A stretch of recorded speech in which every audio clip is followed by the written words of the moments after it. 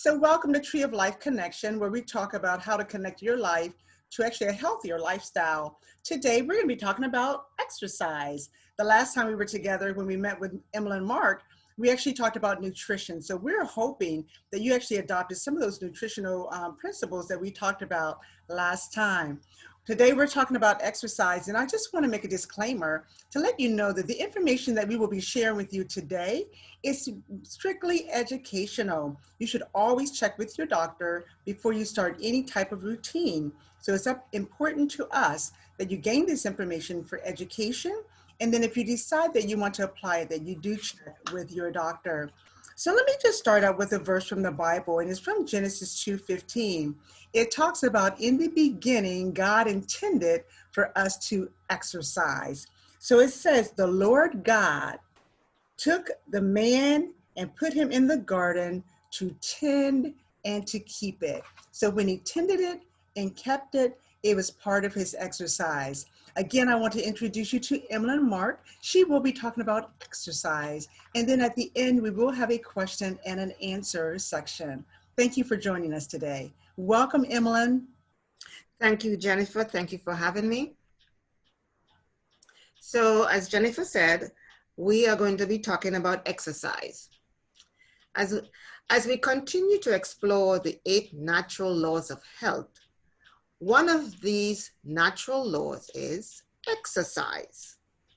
Exercise plays a vital important role in achieving and maintaining a healthy body. We are going to look at why exercise is important for our health, the types of exercises we can engage in, and who should exercise. We know exercise is often correlated with weight loss, but it also has a variety of other health benefits. For example, regular exercise helps lower the risk of developing some diseases like obesity, type 2 diabetes, and hypertension. Regular exercise helps your body maintain a healthy weight and help you to age well. Let's look at some of these risk factors to see how exercise can influence changes in our bodies. The first thing I mentioned exercise can do is lower the chances of obesity. A study published in 2019 in the Public Library of Science showed that working out for 30 minutes per day and at least 3 times per week lower the incidence of obesity, even among people genetically predisposed to gain weight. More specifically, exercise was linked to a lower body mass, less body fat, and slimmer hips in those individuals who were higher risk for obesity because of their genes. A combination of healthy lifestyle principles, including regular exercise, can offset a genetic predisposition to obesity. As I stated before, exercise helps lower body weight. Therefore, one of the ways to bring blood sugar levels down, in accordance to a research, is by losing 5 to 7% of your body weight. In the National Diabetic Prevention Program, participants who dropped 5 to 7% of body weight saw a reduction in blood sugar levels. Even more significantly, those who exercise for at least 150 minutes weekly cut their risk for type 2 diabetes by 58%, according to the CDC. Another benefit of exercise is to lower the risk of cardiovascular disease. When you exercise, it improves blood circulation, which may help reduce the risk of developing blood clots or blockages in the arteries. Exercise improves energy level by boosting circulation and the delivery of oxygen to your cells. Over time, lungs and muscles get stronger and work more proficiently. For example, as the heart becomes stronger and the heart rate lowers because it requires fewer beats in order to pump the blood around your body. Exercise can help prevent or lower blood pressure.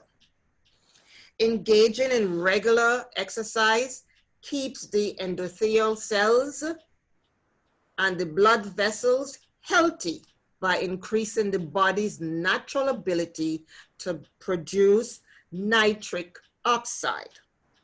Nitric oxide causes blood vessels to dilate or widen, thus lowering blood pressure. It's called a vasodilator. Research shows that exercise can raise high density lipoprotein, or HDL, we call it sometime, or even they call it the good cholesterol. Good cholesterol, or HDL, has been linked to a lower risk of heart disease. And exercise also is a powerful way to lower the low density high lipoprotein, which is called LDL, or bad density or bad cholesterol. This is also linked, LDL is linked to increasing the risk of heart disease. So exercise can lower that. Exercise has been proven to help manage stress, which can take its toll on the whole body, especially the heart. Stress has been linked to cause inflammation, which inflammation can, different diseases can stem from inflammation. So lowering stress levels can improve your health. Exercise help improve your mood and prevent depression by boosting the production of endorphin hormones in the brain that make you feel happier and more relaxed. People who exercise tend to be less depressed and possesses a more positive outlook on life. It also helps you get a better, deeper sleep if you're suffering from insomnia. Exercise strengthens the muscles and improve mobility, which makes it easier to perform activities, daily activities of living. The easier these activities are, the more engaged, the more active you will be. Exercise boosts the excretory system so that cancer-causing toxins and waste can be removed more efficiently from the body. The fewer the toxins in your system, the better you will feel overall. Did you know that exercise can help improve the immune system? Yes, regular exercise helps your body fight illness caused by viruses and bacteria. It does this by priming antibodies and white blood cells so they can be ready to fight germs faster.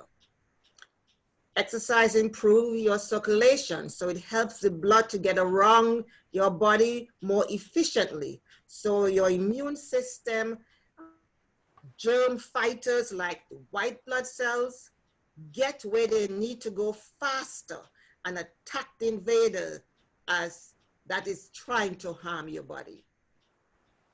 As we know, exercise decreases body fat from building up. So excess body fat can disrupt your immune system over time, especially as you get older. Therefore, a decrease in body fat improves immune system function. Exercise enhances your immune system by preventing the growth and the spread of disease causing organisms in your body. A strong immune system is your best defense against cancer and other diseases. Now you have come to realize the importance of exercise, regular exercise. You might be wondering, what type of exercise should you engage in? According to research, there are two types of exercise to combine for good health. They are exercise and weight strengthening exercise. Aerobic exercise use continuous rhythmic movement of the large muscle groups that strengthens the heart and lungs. This is the best form of exercise to improve cholesterol, reduce body fat, better control blood sugar, decrease heart rate, and improve heart and lung function. It is often referred to as cardiovascular exercise. Some forms of cardiovascular exercise or aerobic exercise involves walking at a fast pace, jogging, hiking, cycling, swimming, even mountain climbing. If you like to go to the gym, you can use the treadmill, elliptical machines, or the step machines. You can even join a Zumba class for fun and even dancing. Weight training exercise is a term referred to the use of weights for the purpose of exercising and strengthening muscles. Weight training exercises strengthens bones and reduce your risk for developing osteoporosis. It's great for building lean muscles and strength, and also improve lipid profiles. Strengthening your muscle can improve your posture and make you less prone for lower back injuries. It can also improve your balance and coordination. Some forms of weight training exercises are weightlifting, of course, using those resistant bands. You can even use your own body weight for resistance, like squatting and push-ups and sit-ups. Those are forms of weight body resistant exercises. If you do not have a set of weight at home, you can try lifting canned goods, boxes of dog food or water bottles to get started. You might ask, how often should I exercise? Well, I would say plan to work at least 3 times a week. According to research, they are saying that we need to do 3 times a week exercises. 5 to 7 is even better. Work towards a goal of 150 minutes or more per week. For example, if you exercise 150 minutes, that will be 30 minutes per day for 5 days. That would give you 150. If you do not have large portion of time for exercise, break it into smaller time frame, like 10 to 15 minutes. As long as you get at least 30 minutes of exercise per week. That's what's the importance. Who should exercise? Almost everyone should exercise regardless of age, because exercise can improve one's health and ability to move. When I talk about exercise, I'm not talking about joining a gym or hiring a fitness. You can start right where you are. When choosing what type of exercise to do, it's your ability, not your age, that should be the prime consideration. No matter if you're in a chair or you're not mobile, there are plenty of exercise you can do sitting in a chair, or if even if you're in a bed. If that's the case, there are exercise. you can do. It's always advisable to check with your doctor before attempting an exercise program. If you're over 50, over age 50, or have a health condition, check with your doctor if you haven't been active in a while.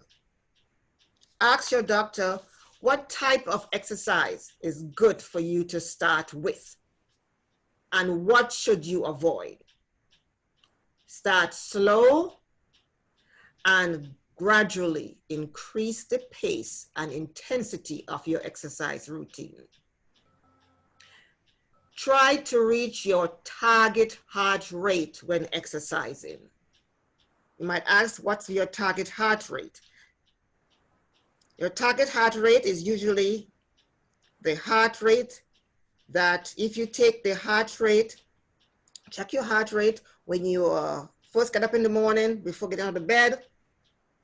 That's the bottom line. That's your base heart rate. That's your basic heart rate. And you can take that and the research says you need to at least 50 to 80% increase that heart rate.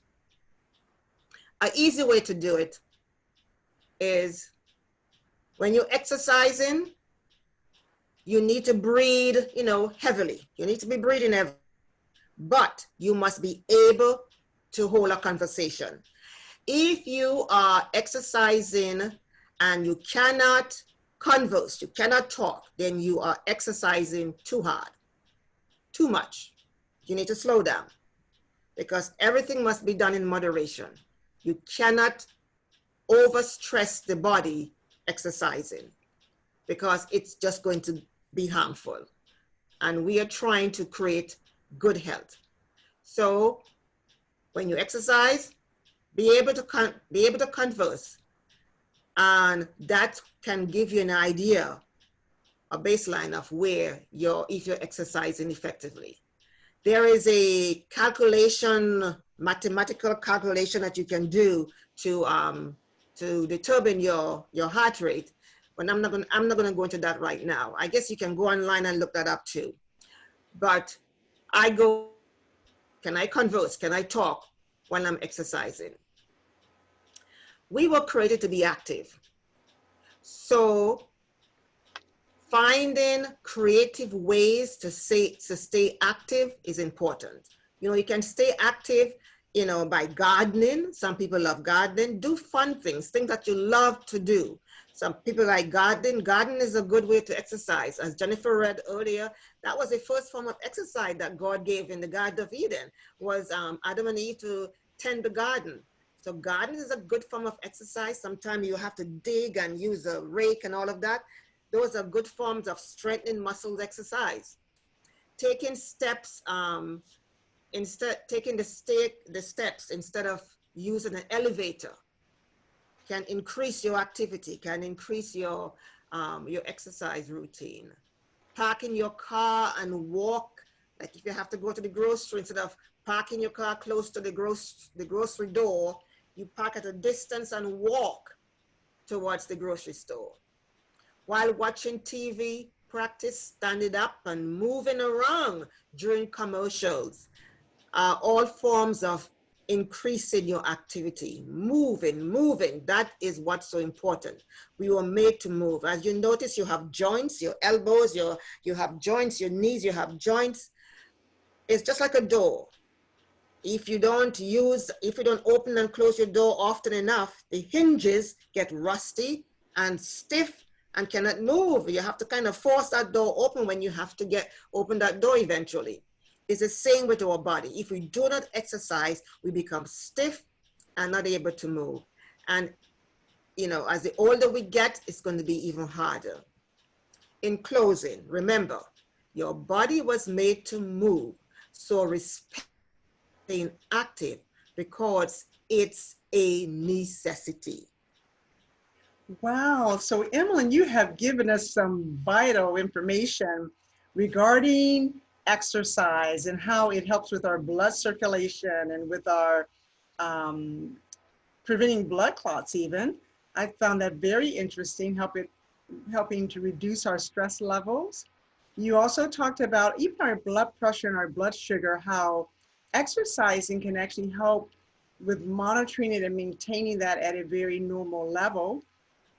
And then it's not only for weight loss. Many times people think of exercise as I want to lose weight, so I'm going to do this and I'm going to do that. But the question I have for you, Emlyn, is, they say too much of a good thing can be bad. And so you talked about maybe, the importance of exercising 30 minutes a day, maybe 3 days a week or 5 days a week. But can someone like over exercise? I mean, if they did it 7 days a week, and is there any way to over exercise? Yeah, people can over exercise, because, they want to, maybe they have a target of losing weight. So they think that if they exercise harder and faster and do more exercise, that it's going to achieve their goal. But as a matter of fact, it's, it's stated that over exercising can do harm to your body. First of all, exercise could be a form of stress. So if you over exercise, you are over stressing your body. And when you put stress on your body, there are certain chemicals that are produced in our bodies when we are stressed. And those chemicals are harmful for our body. As a matter of fact, stress is one of the things that cause inflammation to increase in our body. And inflammation can cause a lot of health problems. So over-exercising can cause harm. I read in one study, they're saying that over-exercising can dampen your immune system. So doing too much of a good thing can end up being not good at all. So my advice is start. Take your time, build into a routine program. If you find that something is painful when you're trying to, an exercise you're trying to do and it's painful, you need to stop and maybe adjust the exercise routine or modify it somehow so it's not painful. You should not be experiencing pain if you're, when you're exercising. Great. And then I have another question regarding, they say move it or lose it. And you kind of alluded to that about the door hinge, and if people if they're not active, how that can actually affect their bodies. Kind of tell me more, especially as we get older, what are some of the risks if we don't move? I mean, what are some of the things that could happen? Right. Yeah, so moving is so important. If you do not move, your joints get stiff. And osteoporosis is another big thing, especially as people get older, because your muscles is what helps your bones stay stronger.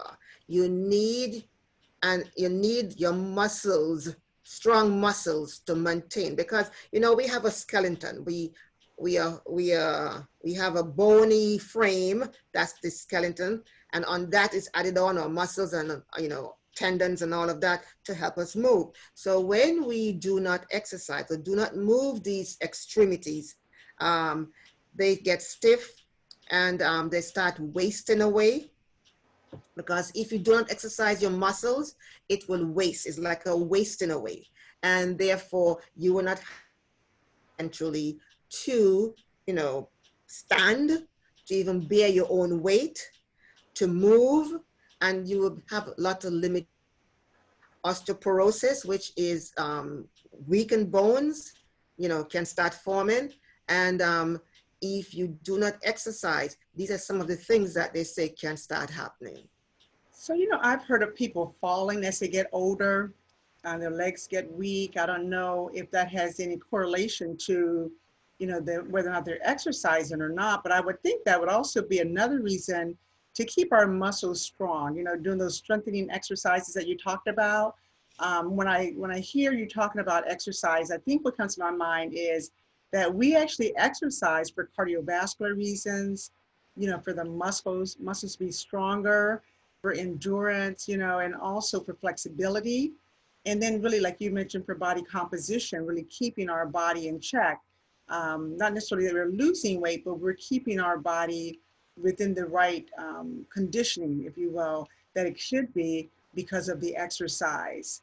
Um, so any final thoughts, Emily? You've been really kind to talk about exercise today, what it is, how we should do it. And thank you for those practical ways about parking a little further away. I remember when I was a little younger, I used to do that, park further away down, so no one would hit my car. And I would walk up to the grocery store and not look for the closest space. But maybe now today, after today's talk, I'll park a little further away, consider taking the stairs, just to get more steps in and exercise. Because a lot of people do count steps. I'm not one of them, but that is one way to kind of keep yourself accountable for getting the exercise that your body needs. So thank you for sharing those practical ways how we can incorporate exercise within our schedule. And I like that you said everyone, no matter how old they are, how young they are, that we do need exercise. I mean, our body demands it. God made us to move. And no matter how we can do, whether it's gardening, tennis, dancing, walking, cycling, swimming. I love that you gave us a lot of different choices. The important thing is to choose one that you enjoy so that it's not a chore. I think that was my takeaway. Choose something that you absolutely enjoy and stick to it. Really stick to it, or even just do a variety of exercises. Um, any closing thoughts, Emlyn, about Yeah. our discussion today about exercise and activity? Yes. I just want to say that we are wonderfully and marvelously made. We were created in God's image to glorify Him. And keeping a healthy body is one way to glorify Him. So exercise is so important to keep your mind intact, to keep you healthy, to keep you moving, to glorify God, you know, in those aspects. So let's not sit down, because the longer you sit, you're going to get rusty. As I said about the door, it's the same thing with our bodies. Even so, if you're in a chair or you're not mobile, you can move your hands, use, as I was talking about cans, food cans, canned food. Um, if you look at them, there might be 15 ounces. Some, we don't have 16 ounces cans anymore. But at least that's a pound, almost close to a pound. You can start moving that, can start using that. You can sit in your chair and you can use those resistant bands. You can raise your legs. You can move your legs. All of those things, and you'd be surprised. Maybe you'll be able to get stronger and be able to move around. Who knows? But I just want to encourage everyone to find time to exercise, no matter what. Even so, if you are, in your office, you can get up, move around, you can sit in your chair, you can exercise, leg lifts, and there's so many different things you can do. I find the internet is very informative. You can go on there and look for forms of exercise, chair exercises, different things that you can do to increase your mobility. So let's go out and exercise. So that's awesome. That's a great way to conclude. So the Bible says, whatever you eat or drink, or whatever you do, and that means exercise, we want to do it all to the glory of God. And so God has told us that He wants us to prosper and be in health, even as our soul prospers. So today, like Emily said, let's get out and exercise, get moving. If it's walking, swimming, jumping, jump rope, whatever it is, whatever you enjoy, the most important thing is that you get to moving. Until next time, remember that our goal is to actually give you practical information so that you can live your life to the fullest. Till next time, be blessed. Amen.